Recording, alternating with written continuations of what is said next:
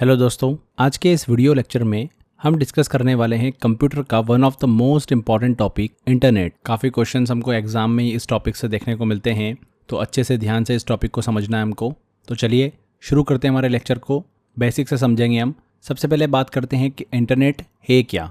तो इंटरनेट को हम नेटवर्क ऑफ नेटवर्क्स कहते हैं, जिसमें अलग अलग नेटवर्क जुड़े हुए होते हैं। और इसके साथ इंटरनेट जो है वो एक डेटा ट्रांसमिशन का भी काम करता है, जिसकी हेल्प से डेटा को एक जगह से दूसरी जगह पर भेजा जाता है।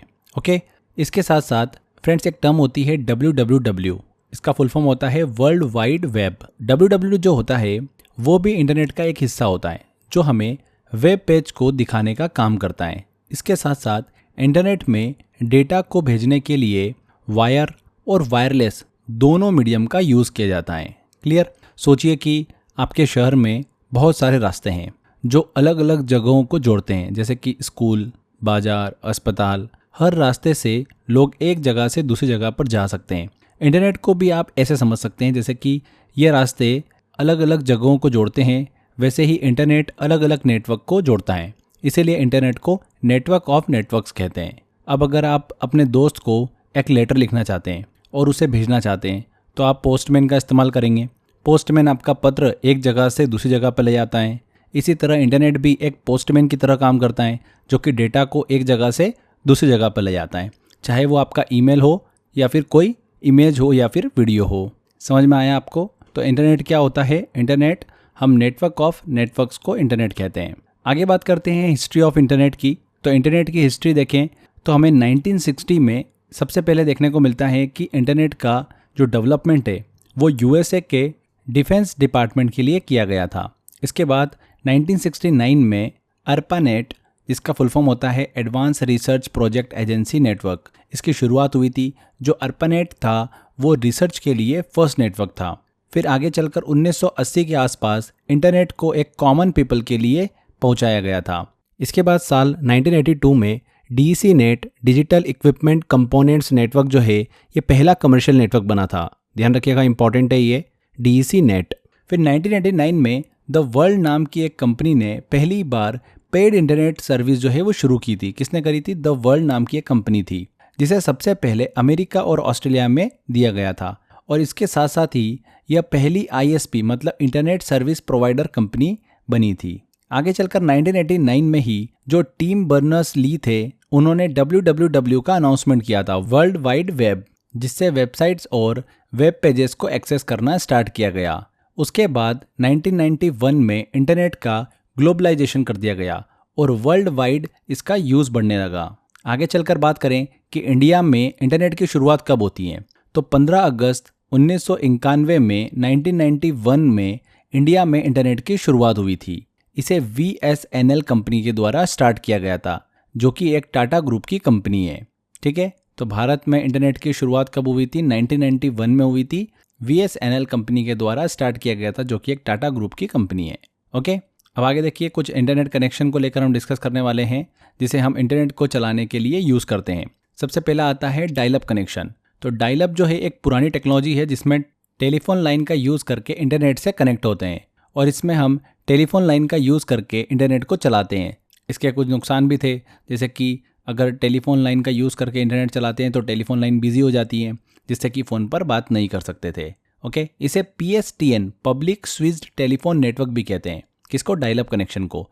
यह इंटरनेट का सबसे स्लो कनेक्शन माना जाता था। आपने एक समय यूज़ भी किया होगा डायल अप कनेक्शन का, जैसे कि इंटरनेट जैसे हम चालू करते थे और मान लो कि फ़ोन लाइन अगर व्यस्त हो रही है, तो उस समय आपका इंटरनेट जो है वो बहुत ही स्लो वर्क करता था। ठीक है ना, तो वही था हमारा डायल अप कनेक्शन। आगे बात करते हैं ब्रॉडबैंड की। आज के समय में हमको ब्रॉडबैंड यूज़ जो है वो ज़्यादा देखने को मिलता है। ब्रॉडबैंड जो है, चूँकि इंटरनेट कनेक्शन इसमें बहुत तेज़ होता है, इसी वजह से बहुत ज़्यादा यूज़ हमको इसका देखने को मिलता है। पैकेट स्विचिंग जो है टेक्नोलॉजी, वो इसमें इसका यूज़ होता है। इसमें जो डेटा होता है उसे स्मॉल पैकेट में ब्रेक करके सेंड किया जाता है, जिससे डेटा जो है वो स्पीड से अपनी डेस्टिनेशन पर पहुँच जाता है। इसी वजह से ब्रॉडबैंड का यूज़ जो है वो ज़्यादा देखने को मिलता है, क्योंकि इसकी स्पीड के कारण। इसमें ब्रॉड का मतलब क्या होता है? चौड़ा होता है। ब्रॉडबैंड में ब्रॉड का मतलब चौड़ा होता है। और बैंडविड्थ का मतलब क्या होता है? कितनी क्वांटिटी में डेटा एक टाइम में ट्रांसफ़र हो सकता है। तो ब्रॉडबैंड एक ऐसा कनेक्शन है जिसमें जो डेटा होता है वो स्पीड से ट्रांसफ़र हो सकता है। इसमें दो टेक्नोलॉजी को हम समझ सकते हैं जो यहाँ पर यूज़ किया गया है। पहला आता है सर्किट स्विचिंग और दूसरा होता है पैकेट स्विचिंग। आज के समय में ब्रॉडबैंड बिल्कुल वैसा ही है जैसे एक एक्सप्रेस हाईवे, जिसमें एक समय में ज़्यादा गाड़ियाँ जो है वो तेज़ चल सकती हैं, यानी ज़्यादा डेटा एक साथ तेज़ी से ट्रांसफ़र हो सकता है। समझ में आया आपको? यहाँ पर हमने दो टेक्नोलॉजी की बात करी, एक सर्किट स्विचिंग और पैकेट स्विचिंग। इनको भी समझ लेते हैं कि ये किस तरीके की टेक्निक है। तो सर्किट स्विचिंग की अगर हम बात करें तो एक पुरानी टेक्नोलॉजी है जिसमें एक बार अगर कनेक्शन बन जाता है तो पूरा नेटवर्क उस कनेक्शन के लिए रिजर्व हो जाता है। जैसे कि अगर आप किसी को फ़ोन कॉल करते हैं तो आपके और उस व्यक्ति के बीच में एक सीधा पाथ बन जाता है, एक सीधा कनेक्शन बन जाता है और वह आपके कॉल खत्म होने तक रिजर्व रहता है। तो ये क्या होती है, एक सर्किट स्विचिंग का एग्जांपल है। समझ में आया?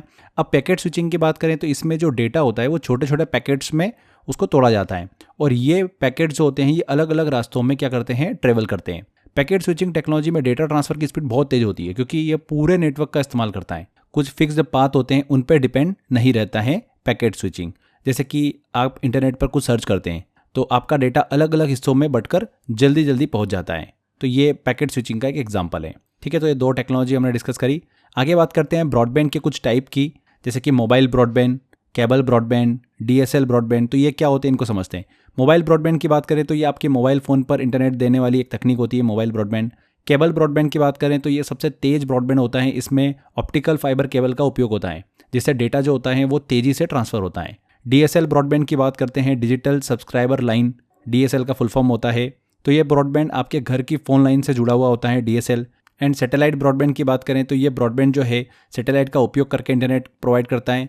ज़्यादातर दूर दराज के इलाकों में इसका इस्तेमाल होता है। ठीक है, तो ये ब्रॉडबैंड के कुछ टाइप हैं।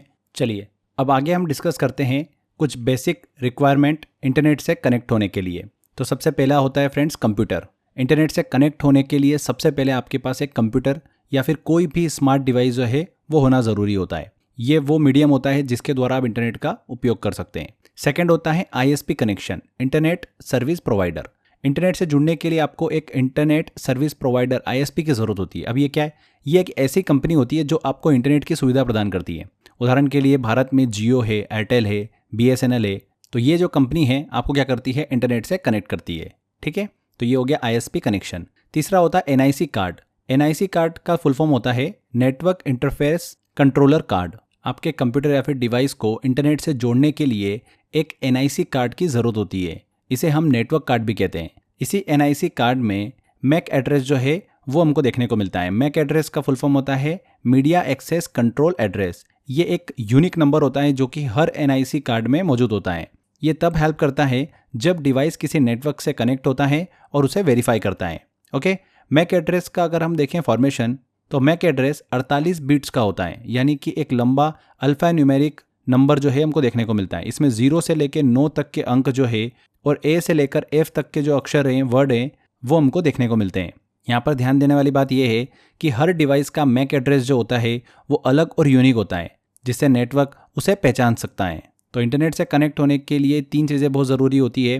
पहला होता है कंप्यूटर, दूसरा होता है ISP connection, internet service provider, और तीसरा होता है NIC कार्ड जिसमें मैक एड्रेस जो है वो मौजूद होता है। चलिए आगे अब हम पढ़ेंगे मॉडेम के बारे में। मॉडेम क्या होता है, अच्छे से इसके बारे में स्टडी करते हैं। देखिए फ्रेंड्स, मॉडेम को समझें उससे पहले आपको 2 सिग्नल के बारे में पता होना चाहिए। बहुत सारे बच्चों को पता भी होगा, किसी को अगर नहीं पता है तो हम उसको समझ लेते हैं। एक होता है डिजिटल सिग्नल और दूसरा होता है एनालॉग सिग्नल। डिजिटल सिग्नल जो होता है ये बहुत ही साफ और सटीक डेटा होता है, 0 और 1 के फॉर्म में हमको देखने को मिलता है। वहीं एनालॉग सिग्नल जो होता है ये लगातार बदलने वाला सिग्नल होता है, जैसे कि साउंड वेव्स हो गई। इसको एग्जांपल जैसे समझ सकते हैं आप कि जब आप किसी गाने को पुराने रेडियो पर सुनते हैं तो वो एनालॉग सिग्नल का उपयोग करता है, और जब वही गाना आप अपने फ़ोन पर सुनते हो तो वह डिजिटल सिग्नल के ज़रिए चलता है। अब देखिए होता क्या है कि जो आपका कंप्यूटर होता है, जो डेटा तैयार करता है, वो किस फॉर्म में होता है, डिजिटल सिग्नल के फॉर्म में होता है। ओके, और अगर आप कोई डेटा इंटरनेट पर भेजना चाहते हैं, इंटरनेट सर्विस प्रोवाइडर तक पहुंचाना चाहते हैं, या फिर इंटरनेट सर्विस प्रोवाइडर से डेटा आपके सिस्टम कंप्यूटर पे लेना चाहते हैं, तो वो डेटा जो होता है फ्रेंड्स वो किस फॉर्म में आता है और किस फॉर्म में जाएगा, वो एनालॉग सिग्नल के फॉर्म में जाएगा। तो चूंकि आपका कंप्यूटर जो है वो तो डिजिटल सिग्नल जनरेट कर रहा है, तो फिर उसको एनालॉग सिग्नल में कैसे भेजेंगे हम। इसी प्रॉब्लम को फ्रेंड्स सॉल्व करने के लिए आता है मॉडेम। मॉडेम क्या होता है? मॉडेम एक ऐसी डिवाइस होती है जो कि डिजिटल सिग्नल को एनालॉग सिग्नल में और फिर एनालॉग सिग्नल को वापस डिजिटल सिग्नल में बदलने का काम करती है। ठीक है, इसे हम एक कन्वर्टर के नाम से भी जानते हैं क्योंकि यह सिग्नल कन्वर्जन का काम करता है। इसका मुख्य काम ही यही होता है डेटा सिग्नल को इस प्रकार बदलना कि वो टेलीफोन लाइन या फिर केबल लाइन के जरिए भेजा जा सके। जो केबल लाइन होती है, टेलीफोन लाइन होती है ना, उसमें एनालॉग सिग्नल ही ट्रेवल कर सकता है, डिजिटल सिग्नल थोड़ी ट्रेवल कर सकता। आपका जो कंप्यूटर है वो डिजिटल सिग्नल जनरेट कर रहा है, आपको वो डिजिटल सिग्नल जो है वो इंटरनेट सर्विस प्रोवाइडर तक भेजना है, तो एनालॉग सिग्नल में कन्वर्ट करना पड़ेगा। तो मॉडेम जो होता है वो उसको एनालॉग सिग्नल में कन्वर्ट करने का काम करता है। और मान लो इंटरनेट से कोई डेटा आपका आ रहा है ना, तो वो इंटरनेट सर्विस प्रोवाइडर से आएगा और वहाँ से डेटा जो आ रहा है वो एनालॉग सिग्नल के फॉर्म में आता है, जो कि आपका कंप्यूटर जो है वो तो डिजिटल सिग्नल ही समझ सकता है। तो फिर क्या होता है, मॉडेम जो होता है वो क्या करता है, एनालॉग सिग्नल को कन्वर्ट कर देता है डिजिटल सिग्नल में, जिससे कि आपके कंप्यूटर पर आपको वो डेटा जो है वो अच्छे से शो हो जाता है, समझ में आ जाता है। तो समझ में आया आपको? यहाँ पे दो टर्म होती है, एक मॉड्यूलेशन और डीमॉड्यूलेशन। जब डिजिटल सिग्नल को एनालॉग सिग्नल में बदला जाता है तो उसे मॉड्यूलेशन कहते हैं। इसका एग्जांपल है जब आप कंप्यूटर से इंटरनेट पर डेटा भेजते हैं तो मॉडेम उसे इस फॉर्म में बदल देता है ताकि उसे टेलीफोन लाइन के जरिए भेजा जा सके। डीमॉड्यूलेशन ये प्रक्रिया होती है जिसमें एनालॉग सिग्नल वापस डिजिटल सिग्नल में बदल जाता है, इसे ही क्या बोलते हैं, डीमॉड्यूलेशन। जब इंटरनेट से डेटा आपको मिलता है तो आपका मॉडेम उसे फिर से क्या करता है, डिजिटल रूप में कन्वर्ट कर देता है ताकि आपके कंप्यूटर पर डेटा सही ढंग से दिखाई दे। तो मॉडेम एक ऐसी चीज़ है जिसके बिना डिजिटल डेटा को इंटरनेट पर भेजना या फिर प्राप्त करना असंभव है। ये हमारी डिवाइस और इंटरनेट के बीच एक कम्युनिकेशन ब्रिज की तरह काम करता है।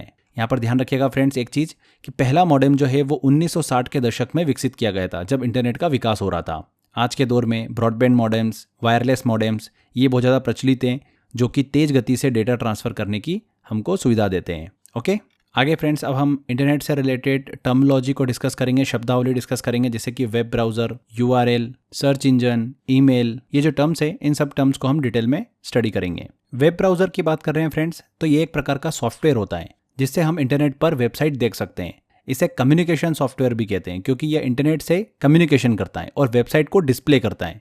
अब वेब ब्राउज़र की बात करें हम तो कुछ अच्छे वेब ब्राउज़र जैसे कि गूगल क्रोम, मोजिला फायरफॉक्स, ये सब वेब ब्राउज़र है। आप भी इनको यूज़ करते होंगे अपने मोबाइल में, चाहे आप कंप्यूटर में इनको यूज़ करते हैं। चलिए इसको अब एक बार इमेज से और डिस्कस कर लेते हैं हम। जैसे आप वेब ब्राउज़र को ओपन करते हैं तो जो भी आप वहाँ पर सर्च करते हैं वो आपको अलग अलग टैब में देखने को मिलता है। मल्टीपल टैब्स आप ओपन कर सकते हैं, टैब 1, टैब 2, टैब 3, अलग अलग टैब आप ओपन कर सकते हैं अलग अलग अपनी रिक्वायरमेंट के हिसाब से सर्च करने के लिए। इन टैब्स के नीचे ही हमको यहाँ पर एड्रेस बार देखने को मिलता है जहाँ पर हम URL डालकर सर्च करते हैं। URL क्या होती है? देखिए URL का फुल फॉर्म दिमाग में रखिएगा, यूनिफॉर्म रिसोर्स लोकेटर। ओके, ये एक वेब एड्रेस होता है जो किसी स्पेशल वेब पेज को पॉइंट आउट करता है। जैसे कि आपने सर्च किया www.google.com तो गूगल ओपन हो जाएगा। ये क्या एक प्रकार की URL है। ये क्लियर हुआ? अब वेब ब्राउज़र के देखिए कुछ शॉर्टकट्स हैं जो कि आपको पता होना चाहिए। जैसे कि कंट्रोल अगर हम 1 दबाएंगे, Ctrl+1, तो वो टैब 1 में हमको डायरेक्ट कर देता है। Ctrl+2 करेंगे तो सेकंड टैब पे आ जाएंगे हम डायरेक्टली। Ctrl+8 करेंगे तो 8वीं टैब पे आ जाएंगे। ऐसे Ctrl+9 दबाएंगे कीबोर्ड में हम तो लास्ट टैब पर हम सीधे डायरेक्ट हो जाएंगे। अगर हम टैब की यूज़ करेंगे तो आगे बढ़ते जाएंगे, Shift+ टैब की दबाएंगे तो पीछे की ओर आते जाएंगे हम टैब्स में। ठीक है, तो ये कुछ वेब ब्राउज़र की कुछ शॉर्टकट्स भी थे, आपको पता होना चाहिए। अब वेब ब्राउज़र के अंदर भी कुछ टर्म्स हैं जैसे कि cookies, web catch, incognito mode, bookmarks, URL, URI, इनको हम अब समझते हैं। तो सबसे पहले हम बात करते हैं कुकीज़ की। कुकीज़ एक छोटा सा प्रोग्राम होता है जो आपके सर्वर कंप्यूटर तक पहुंचने वाले पाथ की इन्फॉर्मेशन और डेटा को स्टोर करके रखता है। जो आपके कंप्यूटर पर आने वाली वेबसाइट की जानकारी या इन्फॉर्मेशन है वो एक्टिविटी को स्टोर करके रखता है। अब आप किसी वेबसाइट पर जाते हैं तो कुकीज़ ये रिकॉर्ड करती हैं कि आपने कौन सी वेबसाइट देखी, कौन सी लॉगिन जानकारी आपने इन्फॉर्मेशन वहाँ पर दर्ज करी, किस तरह की ब्राउजिंग गतिविधि मतलब एक्टिविटी आपने वहाँ पर की। तो ये सब एक्टिविटी जो है वो कुकीज़ स्टोर करके रखती है। क्लियर? जब आप किसी वेबसाइट पर लॉगिन करते हो तो अगली बार उसी वेबसाइट पर फिर से जाते हैं तो आपको फिर से लॉगिन करने की ज़रूरत नहीं होती है क्योंकि कुकीज़ आपकी लॉगिन जानकारी जो है पहले से ही स्टोर कर लेती है। तो ये होता है कुकीज़, समझ में आया होगा। नेक्स्ट हमारी टर्म आती है वेब कैच। वेब कैच क्या होती है? एक ऐसी टेक्निक होती है जो बार बार आने वाले डेटा को टेम्पररी रूप से स्टोर कर लेती है। जब आप किसी वेबसाइट को बार बार एक्सेस करते हो तो यह पहले से स्टोर किए डेटा को तेज़ी से क्या कर देती है, लोड कर देती है, जिससे पेज जल्दी खुल जाता है और आपका समय भी बच जाता है। बार बार आप एक ही वेबसाइट अगर ओपन कर रहे हो तो वेब कैच जो है उसको जल्दी एक्सेस करने में मदद करता है, डेटा को टेम्पररी रूप से स्टोर करके रखता है। मान लो कि आप एक वेबसाइट ओपन करते हो, वहाँ पर एक इमेज है, उस इमेज को वेब कैच जो है वो स्टोर कर लेता है। अगली बार जब आप उसी वेबसाइट पर जाएंगे तो पेज जो है वो तेज़ी से लोड हो जाएगा। पहले टाइम में आपने देखा होगा कि इमेज को लोड लेने में टाइम लगा होगा, पर सेकेंड टाइम पर आप आओगे तो वहाँ पर आपको इमेज जो है वो जल्दी से लोड होती हुई दिखेगी, क्योंकि इन इमेजेस को पहले से ही कैच में स्टोर कर लिया गया है। तो समझ में आया वेब कैच क्या होता है? एक टेक्निक होती है जो बार बार आने वाले डेटा को टेम्परेरी रूप से स्टोर कर लेती है।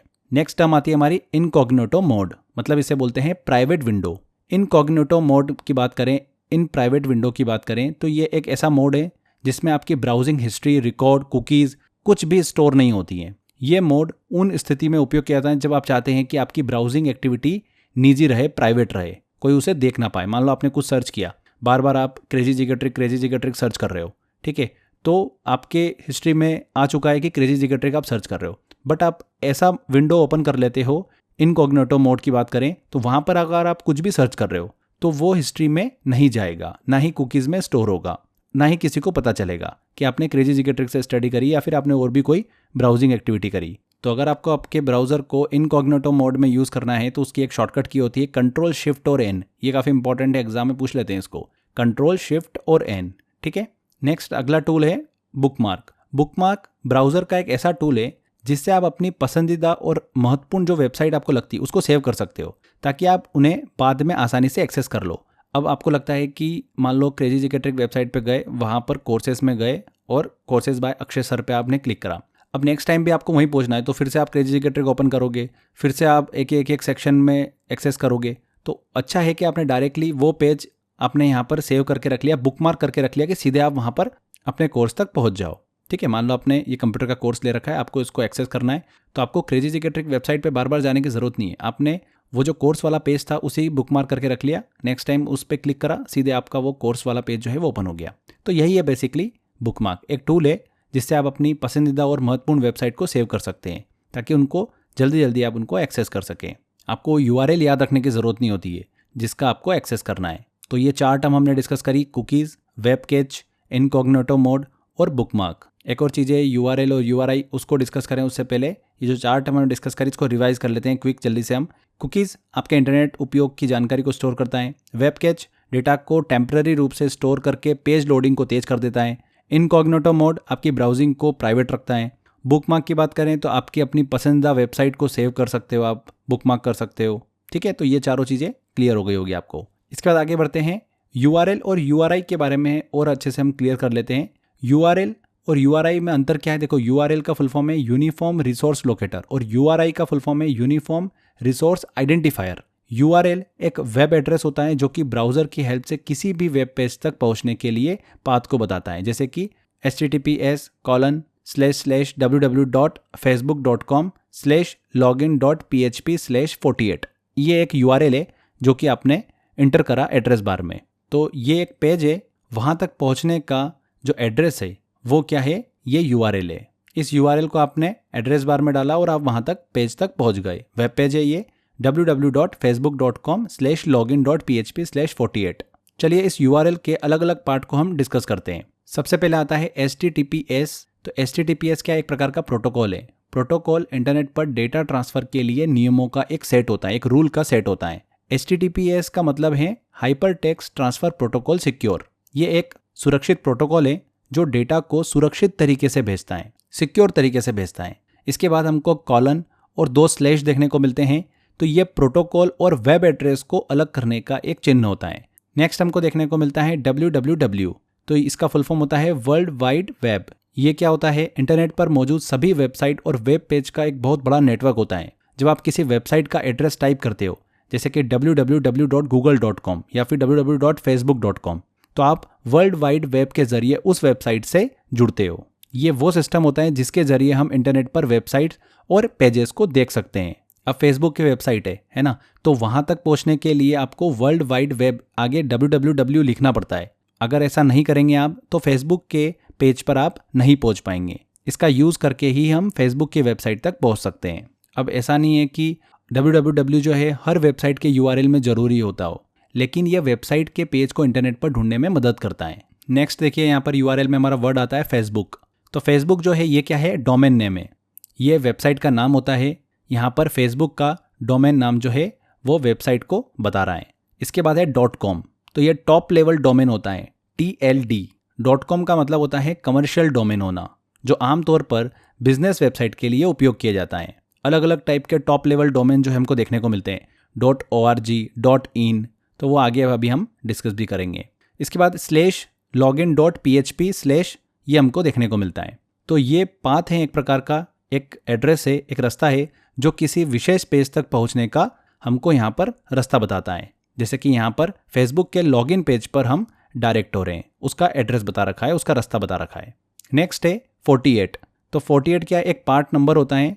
यह वेबसाइट के पेज पर कुछ अतिरिक्त जानकारी हो सकती है जो कि लॉगिन पेज से जुड़ी हो सकती है। तो ये हमने URL के अलग अलग पार्ट को डिस्कस किया। आई होप आपको चीज़ें समझ में आई होगी।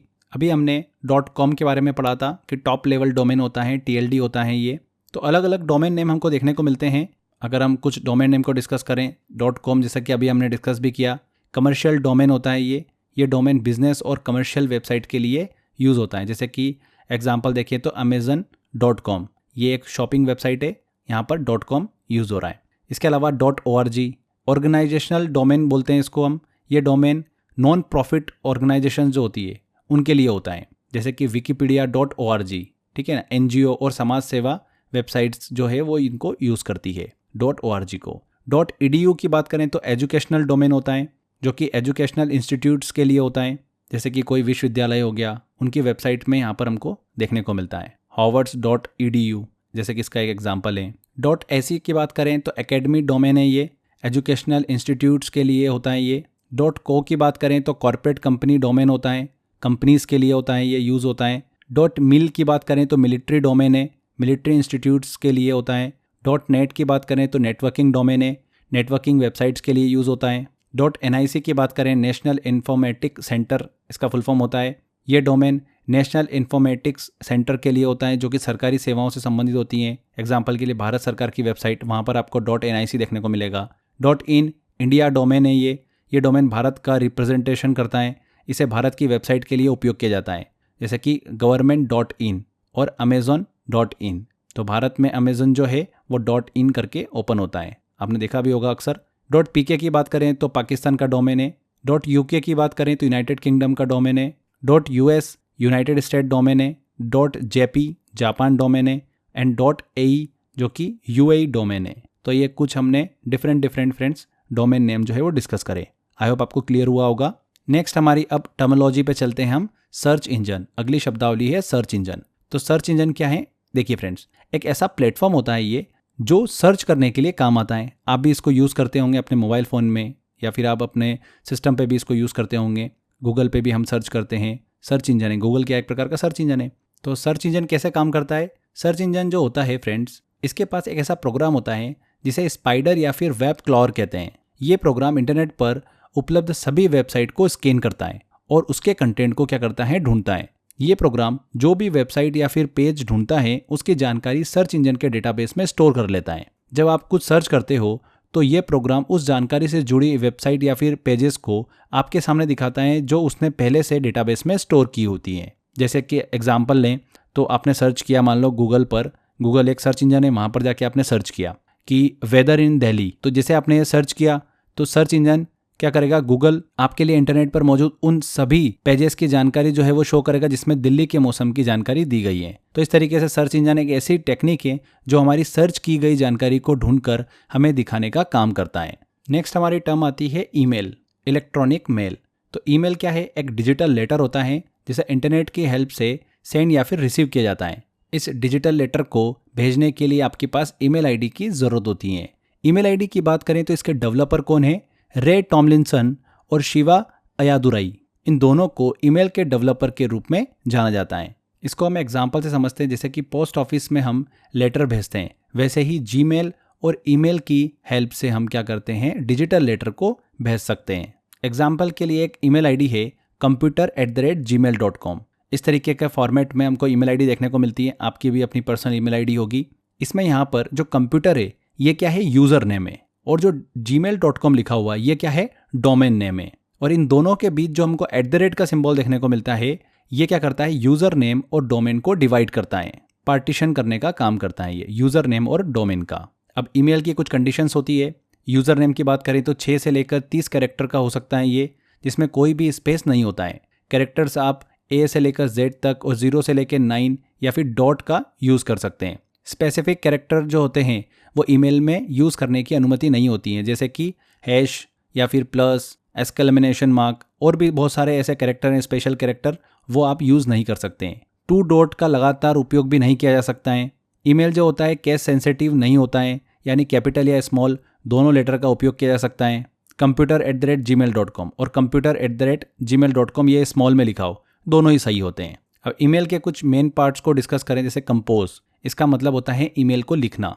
जैसे आप जीमेल में अगर जाएंगे आप तो वहाँ पर कंपोज आपको वर्ड देखने को मिलता है, उस पर क्लिक कर आप ईमेल को लिख सकते हैं। सब्जेक्ट आपको देखने को मिलता है, इसमें हमको ईमेल का शॉर्ट डिस्क्रिप्शन लिखना होता है। फ्रॉम वाला वर्ड होता है, इसमें यह बताया जाता है कि ये किस ईमेल से आ रहा है। जैसे कि मेरा नाम अक्षय है तो मैंने लिखा akshay@gmail.com। यहाँ पर टू आता है, इसमें यह बताया जाता है कि ये ईमेल हम किसको सेंड कर रहे हैं। एग्जाम्पल के लिए जैसे मैं मान लो कि अतुल को सेंड कर रहा हूँ तो atul@gmail.com।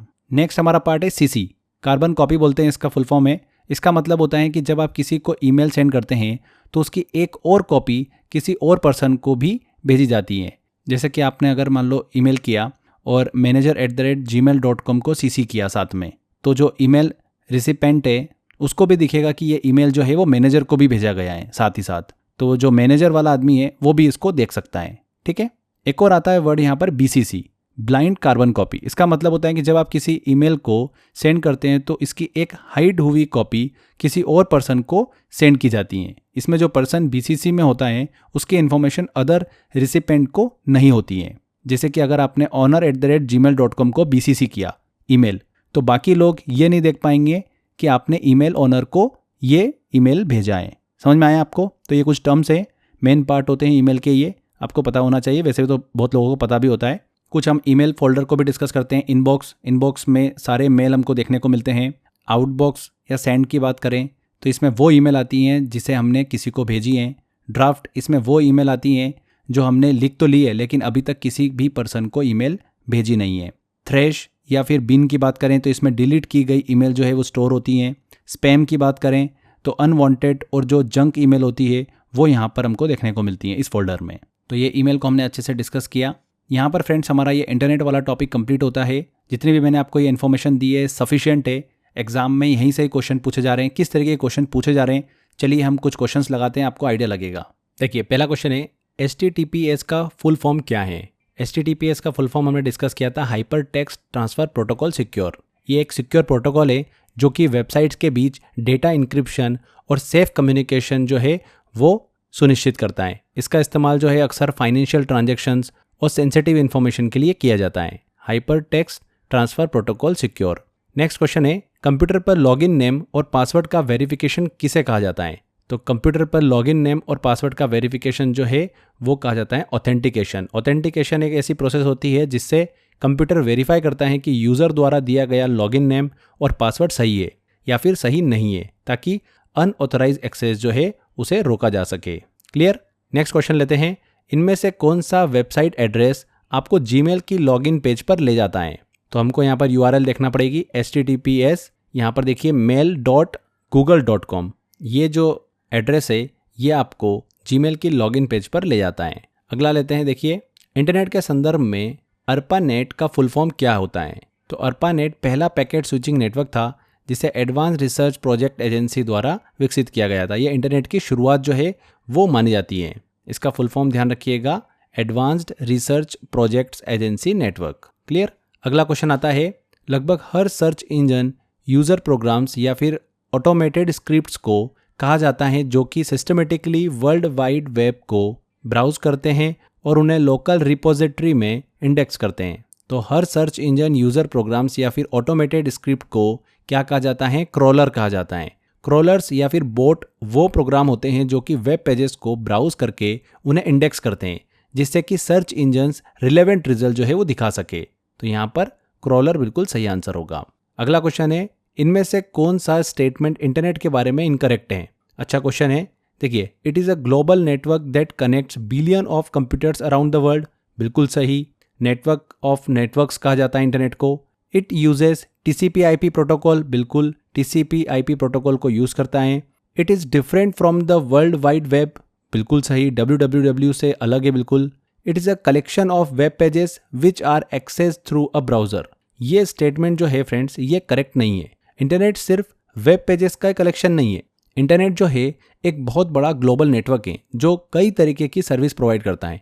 इसमें वेब पेजेस तो आते ही हैं, लेकिन इसके अलावा और भी बहुत कुछ देखने को मिलता है, जैसे कि ईमेल सर्विसेज देखने को मिलती है, फाइल ट्रांसफ़र सर्विसेज देखने को मिलती है, स्ट्रीमिंग सर्विसेज देखने को मिलती हैं, वॉइस कम्युनिकेशन देखने को मिलता है, क्लाउड स्टोरेज, VPNs, ये सारी सर्विसेज हमको देखने को मिलती। तो उस नज़रिए से ये स्टेटमेंट यहाँ पर सही नहीं है। www सिर्फ वेब पेजेस का कलेक्शन है जिसे हम ब्राउज़र के ज़रिए एक्सेस करते हैं, जबकि इंटरनेट एक बहुत बड़ा नेटवर्क है जिसमें वेब के अलावा email, file sharing, cloud service, कई तरीके की सर्विसेज जो है वो देखने को मिलती है। ठीक है, तो यहाँ पर फोर्थ ऑप्शन जो है वो करेक्ट नहीं है। आगे बढ़ते हैं, अगला क्वेश्चन आता है, इनमें से कौन सी स्विचिंग टेक्नोलॉजी इंटरनेट के द्वारा यूज़ होती है? तो पैकेट स्विचिंग टेक्निक जो है, जिसका उपयोग हम क्या करते हैं, इंटरनेट पर डेटा ट्रांसमिशन करने के लिए करते हैं। इसमें डेटा को क्या करते हैं, छोटे छोटे पैकेट्स में डिवाइड करके भेजा जाता है, जिससे कि ट्रांसमिशन स्पीड जो है वो बढ़ जाए। तो कौन सी स्विचिंग टेक्नोलॉजी इंटरनेट के द्वारा यूज़ की जाती है? Packet switching, B answer. अगला क्वेश्चन है, एक स्मॉल टेक्स्ट फाइल जो किसी वेबसाइट द्वारा यूज़र कंप्यूटर में टेम्पररी स्टोर किया जाता है, उसे क्या कहा जाता है? तो उसे कहा जाता है कुकी। कुकी एक छोटी सी फाइल होती है जिसे वेबसाइट यूज़र के ब्राउज़र में टेम्पररी स्टोर करती है, ताकि यूज़र प्रेफरेंसेस या फिर सेशन डेटा जो है वो याद रखा जा सके। तो कुकी होती है, यहाँ पर हमने पहले भी डिस्कस किया था इसको। इनमें से कौन सा एक वेब ब्राउज़र नहीं है? मोजिला फायरफॉक्स बिल्कुल वेब ब्राउज़र है, गूगल क्रोम भी है, वेब ब्राउज़र है, माइक्रोसॉफ्ट एज ये भी वेब ब्राउज़र है, iTunes जो है ये एक मीडिया प्लेयर है, लाइब्रेरी सॉफ्टवेयर है, न कि एक वेब ब्राउज़र है। अगला क्वेश्चन लेते हैं, दो कंप्यूटर्स जो कि दूरस्थ स्थानों पर स्थित हैं, अलग अलग दूर डिस्टेंस पर रखे हुए हैं, उन्हें फाइल ट्रांसफ़र करने के लिए किससे कनेक्ट होना चाहिए?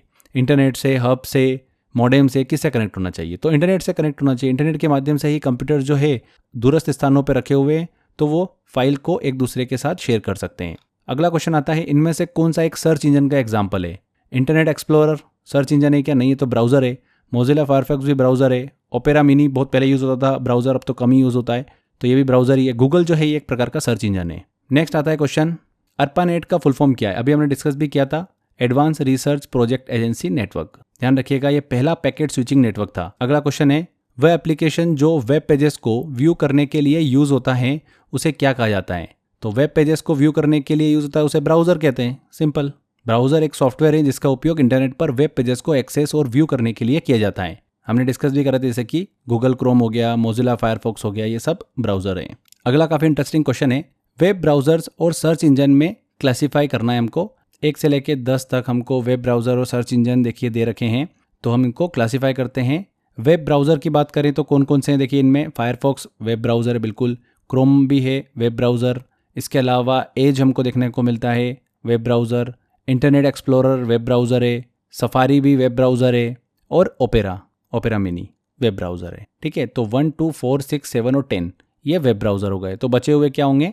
सर्च इंजन होंगे।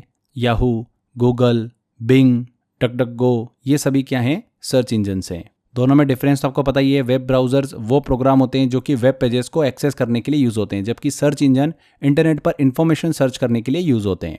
अगला क्वेश्चन लेते हैं, इनमें से कौन सा एक वेब ब्राउज़र नहीं है? गूगल जो है देखिए सर्च इंजन है, वेब ब्राउज़र नहीं है, अभी डिस्कस भी किया था हमने। आगे बढ़ते हैं, कुकी क्या है? कुकी क्या है फ्रेंड्स? एक इन्फॉर्मेशन जो वेब सर्वर द्वारा क्लाइंट पर स्टोर किया जाता है। C answer. कुकी जो होती है छोटी सी टेक्स्ट फाइल होती है जिन्हें वेबसाइट यूजर्स के ब्राउज़र में टेम्पररी स्टोर करती हैं ताकि उनके प्रेफरेंसेस को याद रखा जा सके। अगला क्वेश्चन है, डीसी नेट किस प्रकार का नेटवर्क है? डीसी नेट जो है एक कमर्शियल नेटवर्क है जिसे डिजिटल इक्विपमेंट कॉर्पोरेशन ने बनाया था। यह पहले कमर्शियल नेटवर्क में से एक था, सबसे पहला कमर्शियल नेटवर्क था डीसी नेट। किस तरीके का नेटवर्क है? ये कमर्शियल नेटवर्क है। पीएसटीएन का पूर्ण रूप क्या है? पीएसटीएन का फुल फॉर्म क्या है? Public switched telephone network. PSTN एक ट्रेडिशनल टेलीफोन नेटवर्क है जिसे पब्लिक वॉइस कम्युनिकेशन के लिए यूज़ किया जाता है। हमने डिस्कस भी किया था डायल अप कनेक्शन के बारे में, जब हम पढ़ रहे थे तब मैंने आपको बताया था कि डायल अप कनेक्शन जो होते हैं उसे पीएसटीएन मतलब पब्लिक स्विच्ड टेलीफोन नेटवर्क भी कहते हैं। डायल अप जो है एक पुरानी टेक्नोलॉजी है जिसमें टेलीफोन लाइन का यूज़ करके इंटरनेट से कनेक्ट होते हैं, और ये इंटरनेट कनेक्शन जो था सबसे स्लो कनेक्शन माना जाता था, जिस कनेक्शन को सर्किट स्विचिंग टेक्नोलॉजी कहते थे। ठीक है, तो पीएसटीएन का फुल फॉर्म क्या हो गया? Public switched telephone network. आगे बढ़ते हैं, अगला क्वेश्चन आता है मैक एड्रेस का फुल फॉर्म इनमें से क्या है। तो मैक एड्रेस एक यूनिक आइडेंटिफायर होता है जो कि नेटवर्क इंटरफेस को आइडेंटिफाई करने के लिए यूज़ किया जाता है। ये किसी भी डिवाइस के लिए एक यूनिक होता है। मैक का फुल फॉर्म क्या होता है? मीडिया एक्सेस कंट्रोल एड्रेस, ये आंसर। एनआईसी कार्ड का यूज़ किस लिए किया जाता है? अब एनआईसी देखिए, इसका फुल फॉर्म क्या होता है? Network interface card. ये एक हार्डवेयर होता है जो कि कंप्यूटर को नेटवर्क से कनेक्ट करने में हेल्प करता है, एनआईसी कार्ड। तो यहाँ पर ऑप्शन है, एनआईसी कार्ड का यूज़ किस लिए किया जाता है? नेटवर्क कनेक्शन प्रोवाइड करने के लिए। अगला क्वेश्चन है, इनकॉग्निटो मोड के लिए शॉर्टकट की क्या है? तो कंट्रोल शिफ्ट और एन दबाते हैं तो प्राइवेट मोड जो है ब्राउजर का वो शुरू हो जाता है। तो इनकॉग्निटो मोड के लिए शॉर्टकट की है कंट्रोल शिफ्ट और एन। यूआरएल का फुल फॉर्म क्या है? यूआरएल का फुल फॉर्म है यूनिफॉर्म रिसोर्स लोकेटर। ये एक वो एड्रेस होता है जिससे किसी वेब पेज या फिर रिसोर्स तक पहुंचा जाता है। जैसे एग्जांपल के लिए गूगल तक पहुंचना है तो www.google.com, ये पूरा एक यूआरएल है। आगे https:// लगा होता है तो वो पूरा हमारा बनता है यूआरएल, है ना। एक ईमेल यूजर नेम में कितने कैरेक्टर्स हो सकते हैं? तो हमने डिस्कस किया था 6 से लेकर 30 कैरेक्टर हो सकते हैं ईमेल यूजर नेम में। अगला क्वेश्चन है, आईएसपी का फुल फॉर्म क्या होता है? आईएसपी का फुल फॉर्म होता है इंटरनेट सर्विस प्रोवाइडर। ये वो कंपनी होती है जो यूजर्स को इंटरनेट कनेक्शन प्रोवाइड करती हैं, जैसे कि एयरटेल, जियो, बीएसएनएल, ये वो सब कंपनी होती हैं। ये सब आईएसपी है, इंटरनेट सर्विस प्रोवाइडर है। मॉड्यूलेशन का क्या अर्थ होता है? मॉड्यूलेशन देखिए क्या होता है, एक प्रोसेस होती है जिसमें डिजिटल सिग्नल को एनालॉग सिग्नल में कन्वर्ट किया जाता है ताकि उन्हें ट्रांसमिशन मीडियम के जरिए भेजा जा सके। ये कम्युनिकेशन सिस्टम में एक बहुत ही इंपॉर्टेंट प्रक्रिया होती है, मॉड्यूलेशन, डिजिटल सिग्नल को एनालॉग सिग्नल में कन्वर्ट करना, बी आंसर। तो फ्रेंड्स देखिए कितनी आसानी से हमने सारे क्वेश्चन सॉल्व कर लिए हैं। जितनी इन्फॉर्मेशन मैंने आपको दी है सफिशिएंट है। अच्छे से बस ध्यान से पढ़िए इनको, जो मैंने समझाया उनको समझिए और क्वेश्चंस की बार बार प्रैक्टिस करिए। मैंने टेस्ट वाले सेक्शन में और भी क्वेश्चंस दिए हैं आपको, बार बार टेस्ट लगाते रहिए। कंप्यूटर से कभी भी आपका एक भी क्वेश्चन गलत नहीं होगा। 100% रिजल्ट आपको देखने को मिलेगा। जितना मैं आपको बताते चल रहा हूँ बस आप करते चलिए। बहुत रिसर्च करने के बाद बहुत ही सिस्टमेटिक और टू द पॉइंट इन्फॉर्मेशन हम आपको प्रोवाइड कर रहे हैं। बस आप अपनी मेहनत करते रहिए, 100% आपको सफलता मिलेगी। तो फ्रेंड्स आज के इस लेक्चर में बस इतना ही। मेहनत करते रहिए, मुस्कुराते रहिए। Thank you.